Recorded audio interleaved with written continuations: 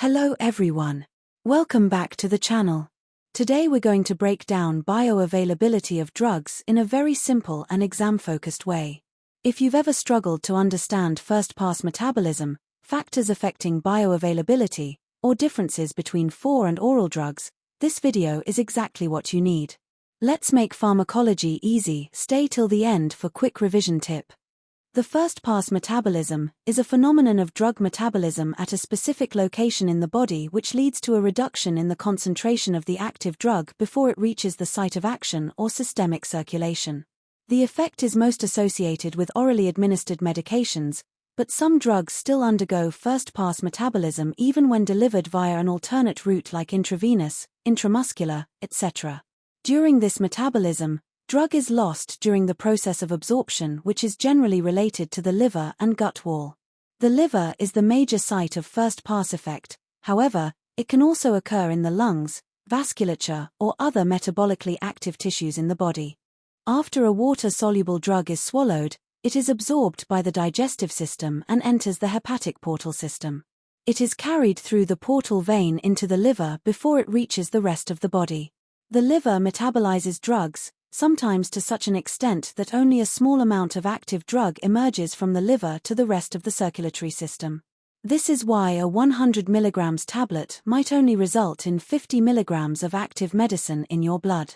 This first pass through the liver thus may greatly reduce the bioavailability of the drug. It is typically calculated as a fraction, F, or percentage compared to intravenous administration, 100% bioavailable, with oral doses often being lower due to first-pass metabolism. How is it calculated? Bioavailability is determined by comparing the plasma concentration levels of a drug after a specific route of administration, like oral, against the concentration levels after intravenous, injection. By definition, the bioavailability of an 4 drug is 100%, F equals 1, because it is deposited directly into the bloodstream. The area under the curve, AUC. To calculate this, scientists plot the drug's concentration in the blood over time on a graph. The total exposure to the drug is represented by the area under the curve, AUC. Types of bioavailability. 1. Absolute bioavailability, FABS.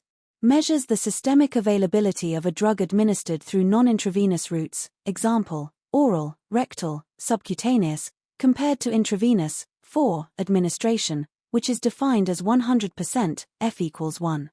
2. Relative bioavailability, FREL. Compares the bioavailability of a drug from one dosage form, example, tablet, to another, example, solution or another company's tablet. This type is crucial for assessing bioequivalence between a generic and a brand-name drug.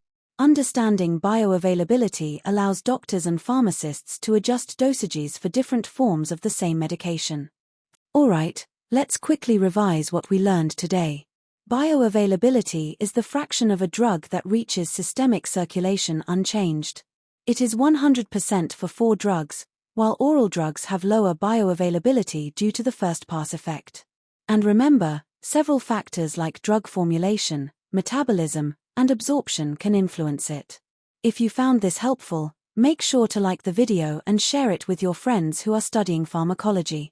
Don't forget to subscribe for more simple and exam-oriented pharmacology videos. See you in the next video.